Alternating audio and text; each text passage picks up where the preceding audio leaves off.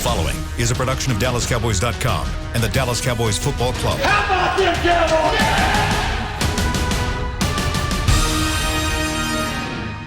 This is Talkin Cowboys. Streaming live from the Dallas Cowboys World Headquarters at the Star in Frisco. Handoff, Elliott plowing to the goal line. Barry, sacked by Lawrence. Prescott keeps it, and he bangs it in for the touchdown. And now your hosts, Isaiah Stanback, Heckma Harrison, Rob Phillips, and Kyle Yeomans. It's a wonderful Wednesday edition of Talkin Cowboys here from the SWBC Mortgage Studios here at the Star in Frisco. Glad you're with us here over the next 45 minutes.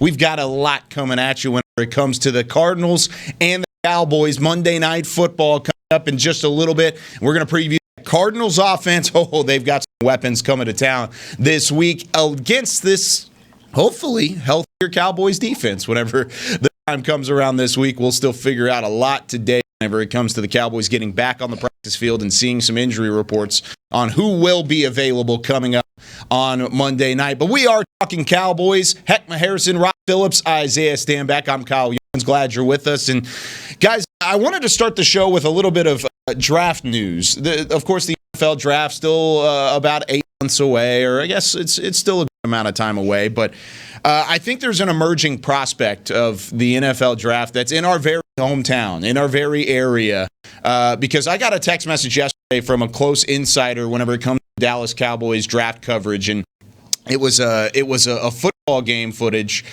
in a stat line that I saw from a local game. Heckma Harrison's son, oh my gosh, you have got a 2028 NFL draft prospect on your hands, my friend, because this guy just went off yesterday. Heckma, tell me that stat line again. Man, Chris Beam is too much, man. And I'm echoing too, Chris. Thank you.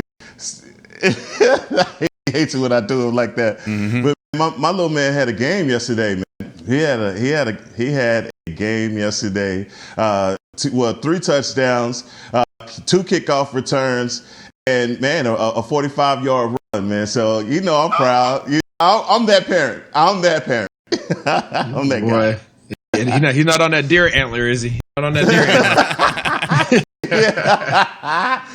antler. He's not on that Ray Lewis, man. That's funny. But wanted to bring that up. Had the kickoff return sent into our Talkin Cowboys group message, and Lil Heck, as we call him, was just he was being a heck of a ruckus, is what it was throughout his game yesterday. So hey, congrats to Lil Heck, and he gets a little shout out to start things off. But let's get into some Cowboys news. And Rob, we talked about the quarterback signing yesterday, and there's a couple injury fronts that we need to kind of address whenever it comes to who is available coming off of IR here in the next couple of days and leading into this week against the Arizona Cardinals. Who is eligible to come off of IR at the moment? Is Chido Awuzie one of those names as well? Yes, he is. I believe he's eligible, right? It's a 3-week minimum. So I think he's been out for 3 weeks at this point. Cam Irving, the offensive tackle, who's a possible swing tackle candidate entering training camp. Cam Irving, and I didn't say Fleming, I said Irving. I got it right. There you go, Rob. Yeah. Cam Irving and Leighton Vander Esch are in good shape to come back soon. I don't know if it's going to be this week, but they started their practice window, and Vince Bryant did as well, wide receiver last week. So that's a good sign because they've got to be back on the active roster within, that 21-day period once it starts. So, Vander Esch is a guy to watch this week. We'll see. Mike McCarthy mentioned the fact that one extra day, a longer week, might help him. So maybe with a strong practice week, he's got a chance to come back. But I would look at those two. I'm not sure if Tito's quite ready yet. They have yet to start his clock yet. So maybe that happens this week. We'll see. And, of course, the clock that Rob is referring to, 21 days following being taken off of IR, or put on the practice field, rather, is when you have to put him on the active roster as a part of these new rules with COVID-19, the 2020 NFL season, temporary rules at the moment. But, Isaiah, whenever we talk about a Leighton Vander Esch and adding Cheeto Awuzie back into the fold. And even I'll throw Cam Irving in there as well, because that's been a problem spot for the Cowboys, at least throughout the course of the season. He may be your starting right tackle if you think Terrence Steele is worth a demotion, at least at this point, even though I thought he had maybe his best game on Sunday. But what does this do to a team that is still kind of reeling from the Dak Prescott injury? You want to build some confidence and you get some guys back.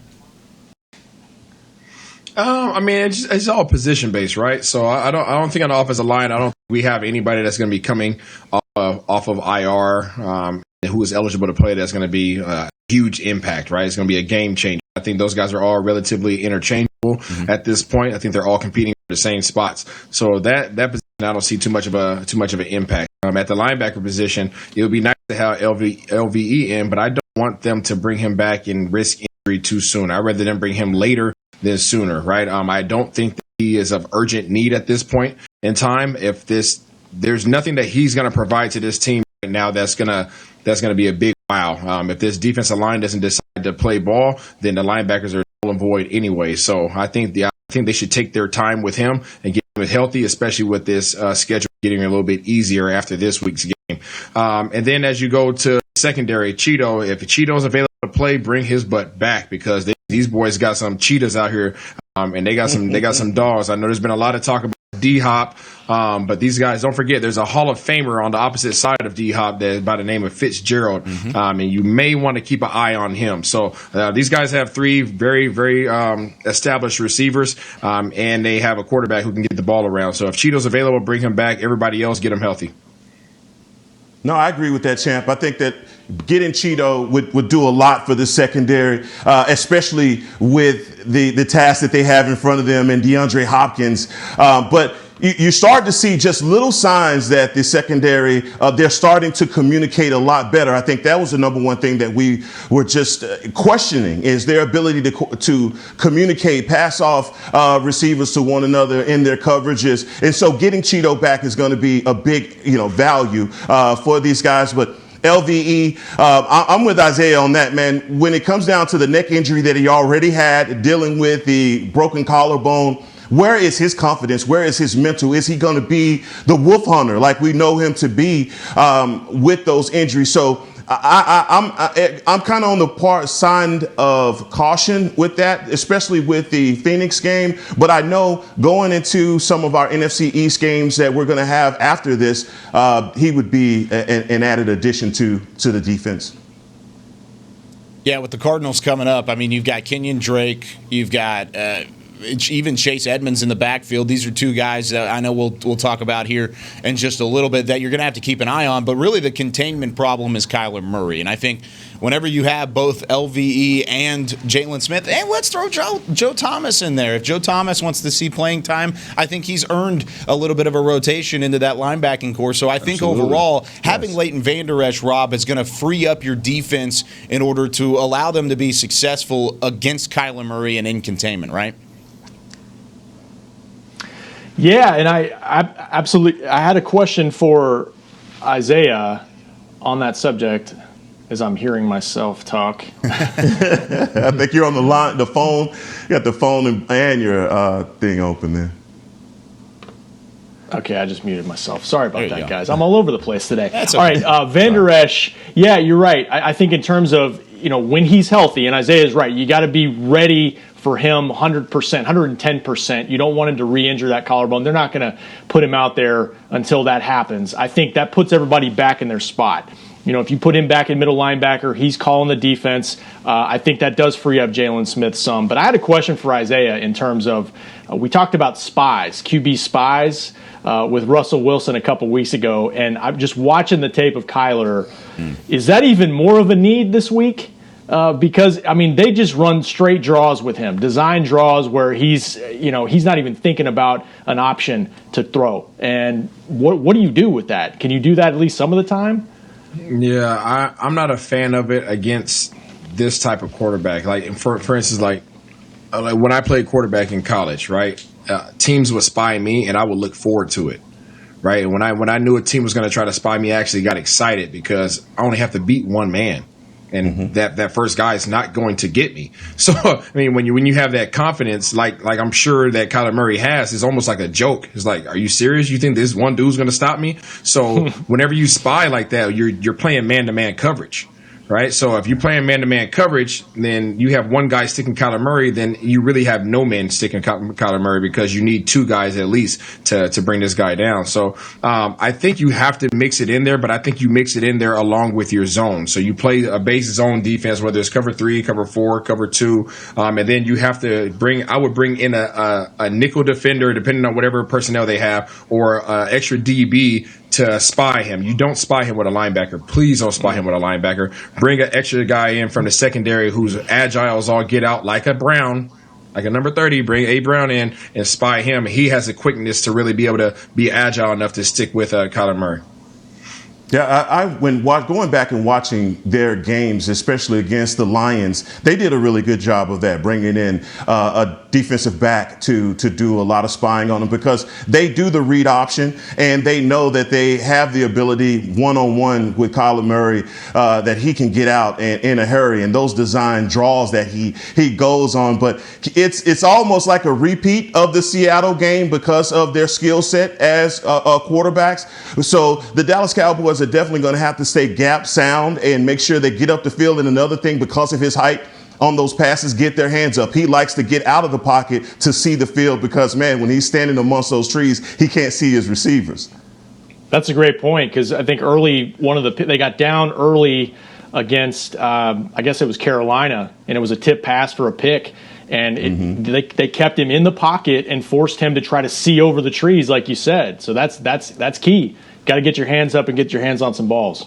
And Kyler Murray will turn the football over. I mean, this is another guy who, coming in, leads the league in turnovers whenever he's got 6 interceptions and 8 touchdown passes so far. Sure, he has a little bit more offensive success than maybe a Daniel Jones did last week, but he will give you a couple opportunities to take it away. Now, Isaiah, whenever you talk about using a player out of the secondaries, seemingly Anthony Brown, to come in and spy Kyler Murray, is that something, and this might be the question that really Mike Nolan and his entire defensive staff has to look at going forward, but are we able to do that in the secondary whenever we have to cover weapons like DeAndre Hopkins, Larry Fitzgerald, and Christian Kirk out there as well?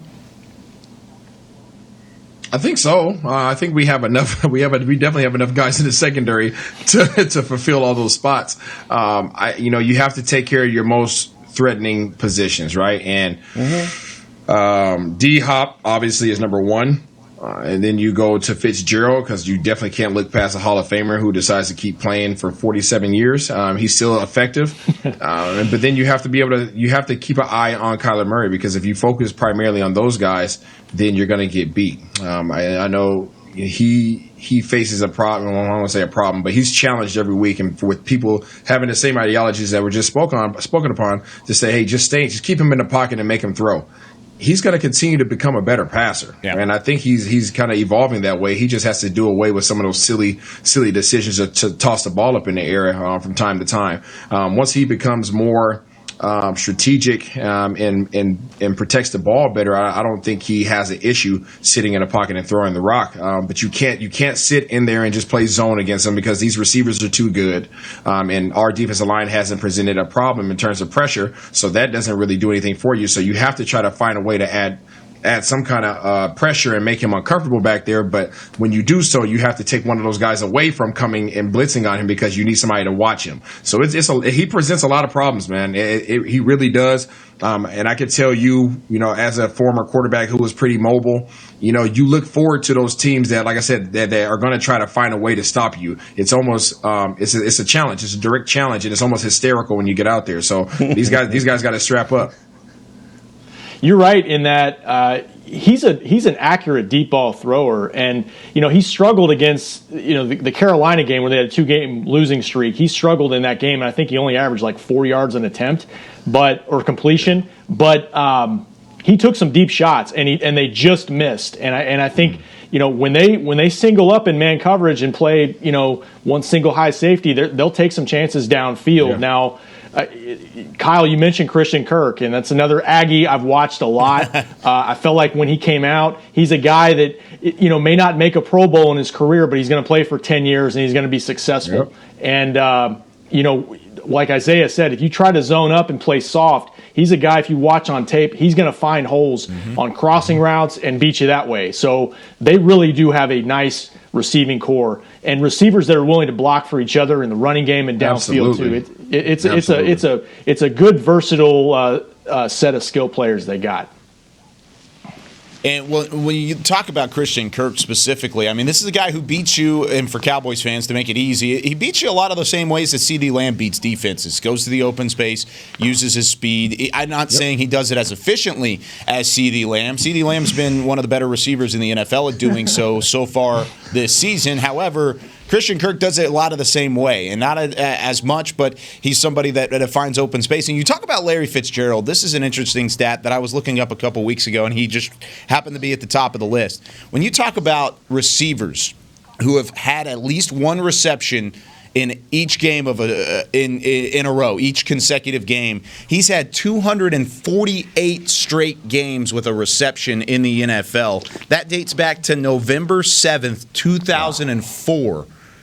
Your boy was 8 years old. Gosh. I was 8 years old the last time that Larry Fitzgerald swaddled did not have a reception. So the next closest one in that streak, by the way, is Julio Jones, and he's at 121 games without with a reception. That dates back to 2011. And so you talk about doubling, more than doubling, the second place of terms of wide receivers with the reception. Larry Fitzgerald is the quote, the definition of consistency, and we'll see that again coming up here on Monday. We're going to step aside with our first break here on Talkin Cowboys. When we come back, we'll continue to look at how do we stop these wide receivers, and how does this defensive line get pressure on this Cardinals offensive line when we return here just a bit on Talkin Cowboys. Since 1865, Stetson hats are American-made with pride right here in Texas. And Stetson is proud to be on the field with America's team. Want to show your Texas and team pride too? You can. By purchasing your own Stetson, you can look just like how the flag guys do on field at every home game. Stetson hats, the official crown of all self-respecting Cowboys, and your favorite football team. Get yours today at shop.dallascowboys.com or at stetson.com. Want to use what the pros use? How about the official men's skincare brand of the Dallas Cowboys, Jack Black. Right now you can get the Jack Black Starter, a curated collection of Cowboys locker room favorites for just $10 with free shipping. The starter includes 4 Jack Black skincare favorites plus a full-sized intense therapy lip balm. Go to getjackblack.com/Cowboys and use the code word TEAMJB. That's getjackblack.com/Cowboys. The Jack Black Starter, $10, free shipping. Essilor is a proud sponsor of the Dallas Cowboys, helping fans see more and do more with our best vision solutions. Our lens technologies reveal a world more beautiful than you can imagine. For a limited time, get the Essilor Next Gen offer. When you buy the latest generation of Transitions lenses with select Essilor lenses, you can choose a second pair of clear lenses for free with qualifying frame purchases. Restrictions apply. Find a participating eye care professional by visiting EssilorUSA.com. Essilor. See more, do more.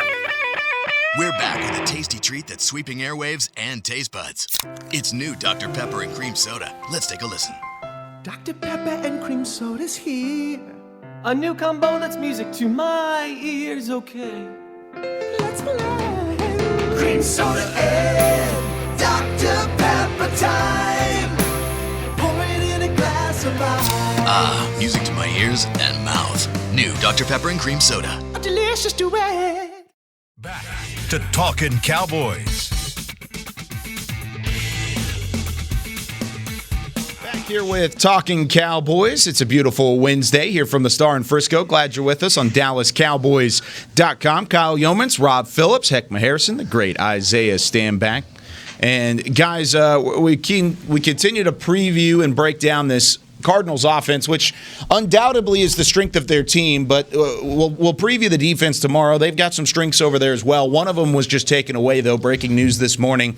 Chandler Jones, the linebacker, who really has been one of the best in the league and a very underrated player in terms of his production on that side of the football, is out for the season to have surgery on a bicep injury that he sustained in that Week 5 win over the New York Jets for those Arizona Cardinals. So Chandler Jones out for the rest of the season, so the Cowboys do have to plan around not having him on the other side of the football, or at least they don't have to see him on the other side of the football. So that's something that's positive.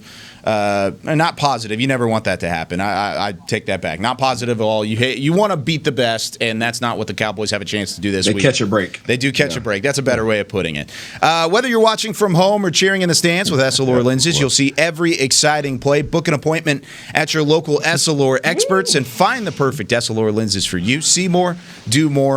Essilor. You always catch a break with Essilor lenses as well. But guys, whenever you come to talk about this offense, the receivers are where you start. Of course, the DeAndre Hopkins trade that happened in March and really kind of caught the NFL by storm. And you pair up DeAndre Hopkins with a Kyler Murray. And Isaiah, I know you've been watching the film. We did a film study breakdown yesterday. It's not just the fact that DeAndre Hopkins is a great football player, but Cliff Kingsbury puts him in some tough situations for defenses to read.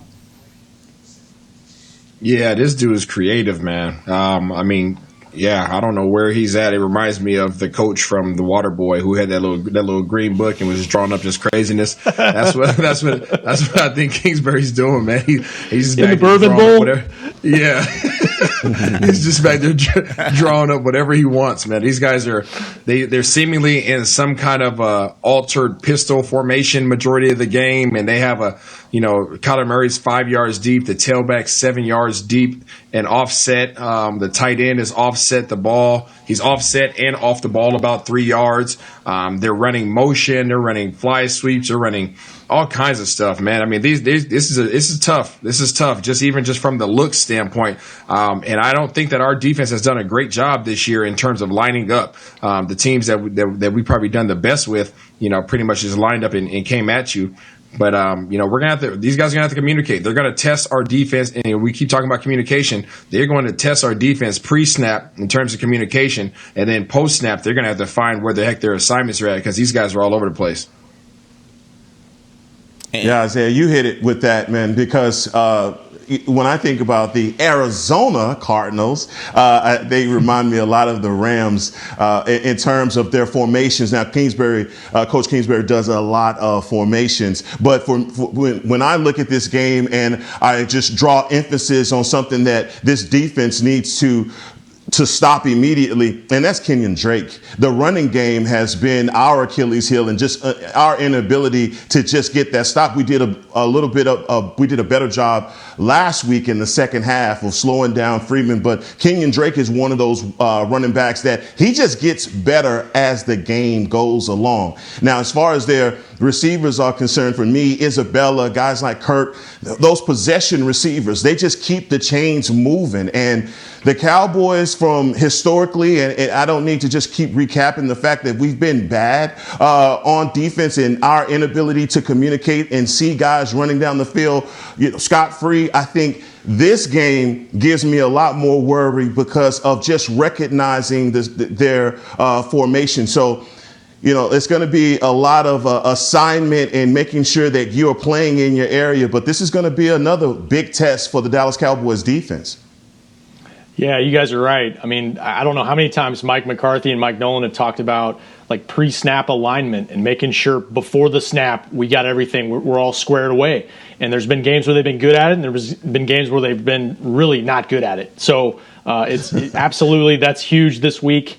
You mentioned Kenyon Drake, and Chase Edmonds is a guy they kind of sprinkle in too. And not only in the running game, but kind of Tony Pollard-like in terms of skills in the passing game too. Yeah. You might see them together in the backfield. You might see one of them split out.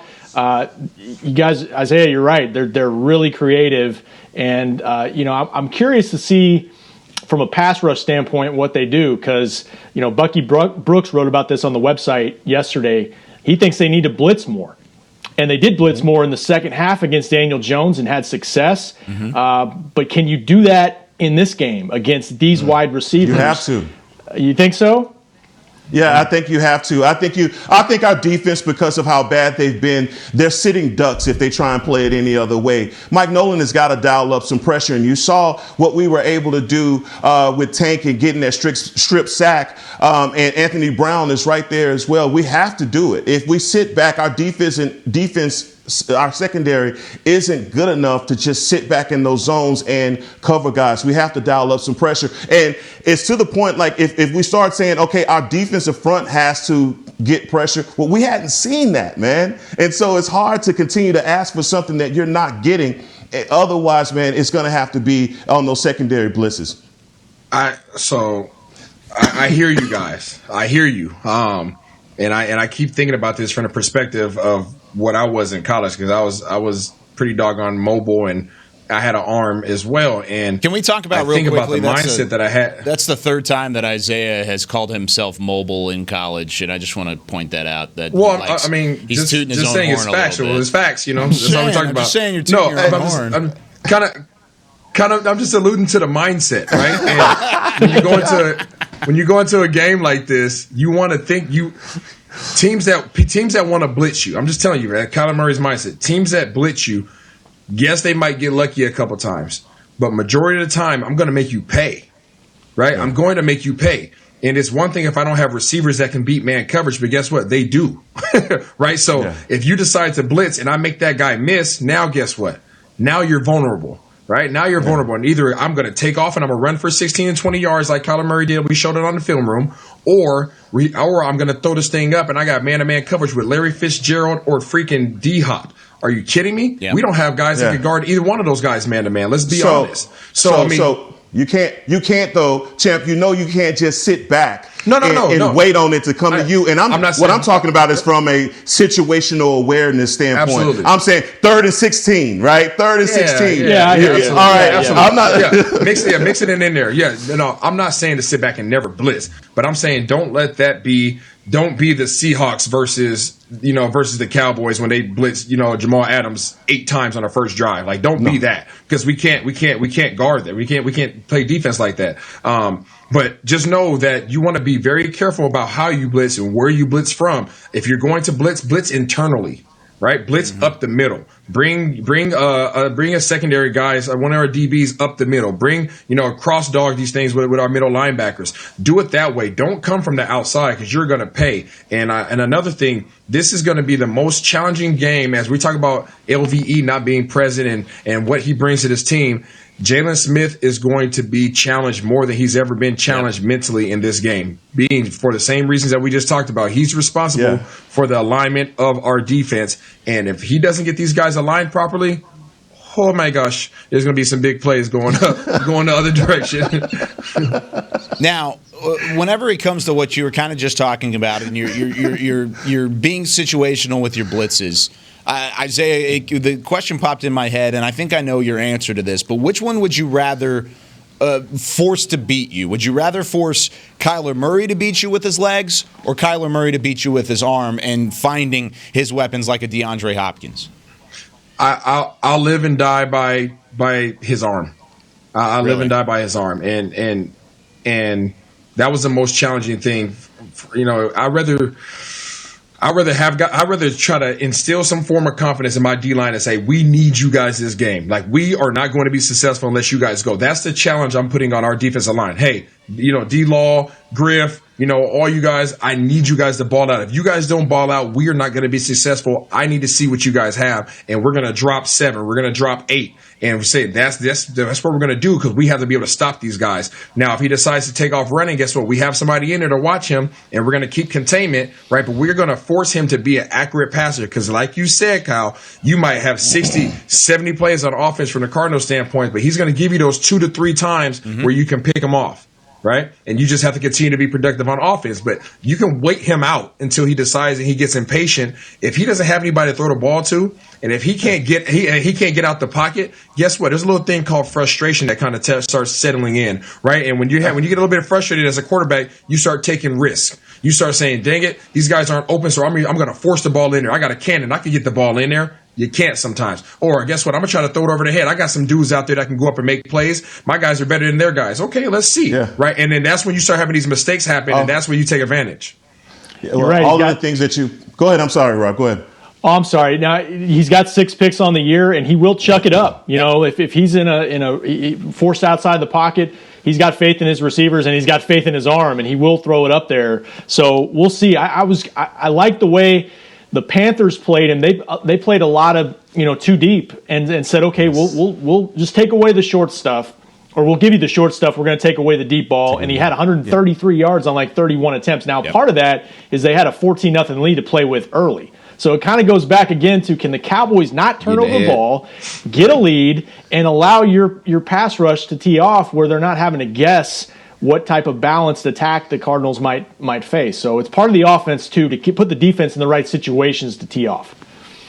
But I just got to say this, guys, like Isaiah, you bring up a valid point, but all of the things that you are pointing to, we haven't done. So if Kyler Murray is capable of turning the ball over, we're last in the NFL in turnover differential. That's just not what we're doing. As far as setting the edge, I think we have tape on us not being able to set the edge. So this is the week, obviously, to get all of those things together. Yeah. If Kyler Murray is going to sit back and we're going to force feed DeAndre Hopkins, then let's do it the same way, Rob, like you saw the Carolina Panthers with two safeties high, giving up short, not allowing anything deep. But Kyler will force feed the ball into DeAndre Hopkins. And first ballot Hall of Famer Larry Fitzgerald, I'm not saying that he's a decoy at this point in his career. It's not that he's not the guy that I'm as worried about as I am with Kirk and some of the other guys. And also with Redmond, the running back, Edmund, the running back out of the backfield.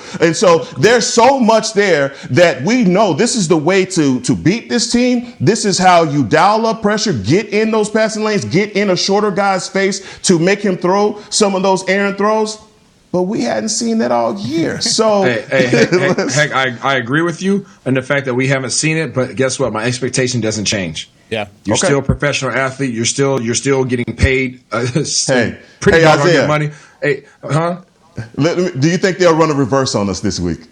Dang it! Why'd you have to do that? Why'd you have to do that? Come on, I'm just saying. Listen, Isabella. I hear you. And listen, those guys were in position to make plays. There was just better athletes running around them, but. This defensive line, like I said, they have to be called out. Nolan and Dogger McCarthy have to come out and say, you boys better start playing, or guess what? This is the rotation. This is the first D-line. This is the second D-line. This is the third D-line. Whoever's the most effective, I'm rotating you guys out every series. If you guys don't ball out on the first series, guess what? These young bucks are coming in there. Oh, and by the way, we have a dude coming off a suspension here in another week in the name of Randy Gregory, who's going to be hungry for some playing time as well. So D-Law, don't show up if you want to. You're going to get your check this year, but if I take you off the field, it's going to affect your money next year. So you might want to start thinking about making some plays. And Kyle's ready for 56 to come in any minute. So Bradley Knight, that's right. Yeah, I want Bradley Knight to come in. No, I'm serious. Right That'd be great. I do want to point out, I think over the last 10 minutes or so in this conversation, I think we're all three in agreement, or all four in agreement. Started with Isaiah saying you have to rush 3, get some push out of the pass rush, drop 8, and force Kyler Murray to beat it with your arm. Rob said that's what Carolina did. Held Kyler Murray to 133 yards, and really that's a blueprint to stop Kyler Murray. And Matt Rule and Phil Snow figured it out in Carolina. That's what Matt Rule and Phil Snow were known for even down the road at Baylor. Rushing 3, dropping 8, and forcing you to beat you with your arm because they're going to find a way to get things done, or they want to let you beat you with your legs, rather. And then you have Heckma saying, we haven't seen that yet. We haven't seen the blueprint happen. Haven't seen the blueprint happen yet. It all kind of comes together, and hopefully that's the same thing that they're seeing across the hallway, and the Cowboys can slow down Kyler Murray this week, because it's a tough task, no matter if they're going to run a reverse on us or not. Heck, but I think it's going to be tough either way for us. But when we come back here on Talkin Cowboys, we'll wrap things up here on this Wednesday edition, and we're going to talk a little bit about those defensive ends. Are they on track for having a better second half of the season? When we come back here on Talkin Cowboys. I'm Jay Novacek, former tight end for the Dallas Cowboys. Back in the day, I was the guy who always got the tough yards, and that's why I run with John Deere today. In fact, I have a John Deere 3025E tractor that can handle any yard work I need to do, even the tough yards way out back. So if you have 1 acre or 1,000, John Deere has the equipment that's just right for you. Visit a John Deere dealer today and run with us. We are the official tractor provider of your Dallas Cowboys. Essilor is a proud sponsor of the Dallas Cowboys, helping fans see more and do more with our best vision solutions. Our lens technologies reveal a world more beautiful than you can imagine. For a limited time, get the Essilor Next Gen offer. When you buy the latest generation of Transitions lenses with select Essilor lenses, you can choose a second pair of clear lenses for free with qualifying frame purchases. Restrictions apply. Find a participating eye care professional by visiting EssilorUSA.com. Essilor. See more, do more. We're back with a tasty treat that's sweeping airwaves and taste buds. It's new Dr. Pepper and Cream Soda. Let's take a listen. Dr. Pepper and cream soda's here. A new combo that's music to my ears, okay. Let's play. Cream soda and Dr. Pepper time. Pour it in a glass of ice. Ah, music to my ears and mouth. New Dr. Pepper and Cream Soda. A delicious duet. Want to use what the pros use? How about the official men's skincare brand of the Dallas Cowboys, Jack Black? Right now you can get the Jack Black Starter, a curated collection of Cowboys locker room favorites for just $10 with free shipping. The starter includes 4 Jack Black skincare favorites plus a full-sized intense therapy lip balm. Go to getjackblack.com/cowboys and use the code word TEAMJB. That's getjackblack.com/cowboys. The Jack Black Starter, $10, free shipping. Back to Talkin' Cowboys. Final segment here of Talking Cowboys on a great Wednesday. Glad you're with us on DallasCowboys.com. And while I'm obligated to read this next read, I'm going to do it. Looking for something to change up your dinner routine? Support local Frisco businesses by choosing one of the Star District restaurants. For more information on delivery, takeout, curbside pickup, and dine-in availability, visit thestardistrict.com. Now that I've got the copy out of the way, I can kind of tell you specifically that there are so many good places across the street. Because I've been opened to the realm of possibilities in terms of the Star District. Tupelo Honey, you got Mi Casina. Oh my gosh, there's so many good places over there. And we are spoiled to have it just across the street from us. So go check out thestardistrict.com and get yourself food. And doesn't matter how you do it, just go get it done. Anyways, we're going to get it done here on Talking Cowboys. Heckma Harrison, Rob Phillips, Isaiah Stanback. I'm Kyle Yeomans. Glad you're with us here on this Wednesday. And we've been really talking about how to contain Kyler Murray. And that's the question that I think 31 NFL defenses are having the same conundrum about, is how to slow down Kyler Murray in this offense led by the former Oklahoma star and for a little bit of time, former Texas A&M star Rob. But I don't know how you feel about Kyler Murray. Just a little bit of time. But continue to put pressure on the defensive line to perform. And they haven't performed just like Heckma alluded to a moment ago. But Heckma, whenever it comes to the defensive line, is it the most important that you have a guy like DeMarcus Lawrence and Aldon Smith that have the best games of the year against a guy like Kyler Murray? Of course. And I think it goes back to what Isaiah was saying earlier, is that you have to have a bunch of guys in coverage to cut off those passing, get in the way, get in those passing lanes for Kyler Murray. So it's important that we have a defensive line that's getting up the field and also getting pressure. Also, internally, Terry Poe, look, we got to have a coming out party for this guy at some point where we see that he can actually stop some guys and makes it, hopefully, it makes some plays, do something. But it's going to be on our front four. Our guys have to get some pressure on this quarterback without us relegating one of our DBs to being a spy or something like that. You would like to see it, because when you look at the games that they lost, we have to put into context also that the Cardinals are 2-2, and the teams that they 3-2, the teams that they've beaten, I wouldn't say are a bunch of New York Giants, but they were not or upper echelon teams. And guys the New York that they Jets, lost to, and they're pretty bad too. Well, that's what I'm saying. So that's what I mean. Pretty bad. So let's just talk about the fact that these guys, the losses that they had versus Carolina and also Detroit, they did a really good job getting pressure on him with just the interior guys. So that's the blueprint to getting it done for our defense for sure. Isaiah? Absolutely. And go ahead, Isaiah. No, I mean, Heck hit on it. I don't think D-Law and and all of our defensive ends, I don't think that they're really key to this game. It's really internal. When you're facing a mobile quarterback, you need, because this is what happens. If you're a mobile quarterback, you have the ability to get out the pocket and run and throw. If a defensive end running up the field, that does nothing to me. All I'm going to do is step up and step out, right? And I'm gone. And that guy, then I'm by you.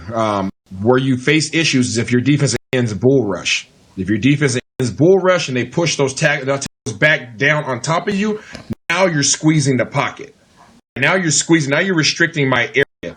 But when guys just blow up the field, you're just out of my view. I just slide up the pocket and I slide out and I take off running.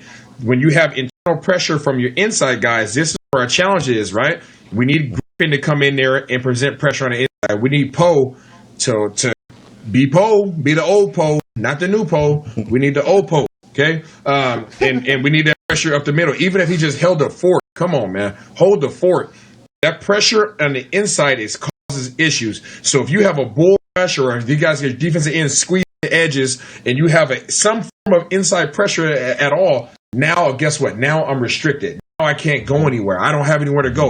Now I have to do that big, Russell Wilson spin out, big bowl out. I lose 7 yards just to get my eyes down the field, right? But if you just blow by me, now I get to keep my depth and step up one step, step out, and now guess what? I'm 5 yards behind the line of scrimmage instead of 12. Yeah, that's that whole keep them in the pocket, keep them in the well thing that Rod Marinelli kept talking about with Russell Wilson. It's kind of the same concept. You said exactly what I was going to say, Isaiah, because that middle rush is so important. To me, it can throw off a quarterback more than rush pressure because you can't step up. You're not comfortable. And these design draws that they run, he's finding creases between the tackles to run. They've got to be disciplined. They've got to be able to get the push and not have their tackles washed out of the play like we've seen in the running game, particularly also in the pass rush. They've got to be able to be more productive inside. We kept harping on it yesterday for good reason. I mean, you've lost 2 defensive tackles for the season, and they've got to be able to adjust with the rotation they have. And those internal guys also, before Heck gets going, you can't void the A gaps. Internal guys, you can't take those internal guys and make them rush outside into the B gaps and the C gaps and try to run those. You can't run a TE stunt, right? You have to keep those guys in the gaps, because if those gaps void, it's just like what Kyle and I showed on the film room yesterday. As soon as I see that gap void right in front of me, in front of my eyes as I'm dropping back, I'm gone. Give me, gone. I mean, and then with 4.3 speed, you get 10 yards in no time, right? And then move the chains, slide, get up, let's go back in the huddle. Let's move these chains. Yeah, that's his specialty. That's what he loves to do. And once he sees that Red Sea, he's out of there. And you guys specifically make a great point about the interior rush, but also the linebackers, man. Joe Thomas and Jalen Smith. Jalen Smith has to have a repeat of the last game, because Kenyon Drake, Edmonds, these guys are going to be in those screen situations. Teams are going to continue to attack us in things that we haven't yet stopped. And so we're going to see these things repeating themselves over and over and over again. And they have the running backs that are capable to do that. So Joe Thomas and Jalen Smith also have to show up. And I know in the past we've been seeing, anytime there's been a motion, you'll see Jalen Smith kind of interchange with Joe Thomas. And I believe that's just a strong side, weak side kind of a deal. But against the Giants, you saw them go away from that, okay, and just kind of slide over where Jalen was the mic and Joe was the wheel. So all of those little things that they're doing, I don't know if it's just simplifying the defense, but it's working. All right, so continue to do that and don't give Kyler Murray the Red Sea. It worked against these running backs they provide different. Yeah, it did. And I would say these running backs, to your point, Heck, these running backs are totally different styles of backs. Mm-hmm. 2 totally different style backs, and then you got 2 different size guys. You got a 6'1" guy, you got like a 5'10" guy who's still stout, right? You got Edmonds, and then you got I can't even think right now. Drake. And those guys, you got one physical back, you got one little scat back, and they're both productive. So you can't forget about those guys either. And they're going to test us. They're going to test that part of the game. And if they get that part of the game going, goodness gracious, It's going to be a challenge. By the way, the over under. We're not betting men here, but the over under is at 54.5. And if I had to put a couple fake quarters on that one, I would probably say the over. Probably say the over pretty quickly there, because both these teams are going to put up some points. And we're going to talk about the offensive side of the football tomorrow when it comes to the Cowboys having to score on Patrick Peterson, Budda Baker, and this Cardinals defense. No Chandler Jones, once again, that was the breaking news today. He's out for the season with a bicep injury, so he is not in the equation for that Cardinals defense tomorrow. But we're going to talk about how Andy Dalton, Zeke Elliott, and this entire offense for the Dallas Cowboys can defeat the Cardinals on the offensive side of the football when we come back tomorrow. But that's going to do it today for Heckma Harrison, for Rob Phillips, for Isaiah Stanback. I'm Kyle Yeoman. Special thanks to Chris Beam in the back. Thanks for listening to Talkin Cowboys. We'll see you at 9:30 tomorrow. This has been a production of DallasCowboys.com and the Dallas Cowboys Football Club. How about this, Cowboys? Yeah!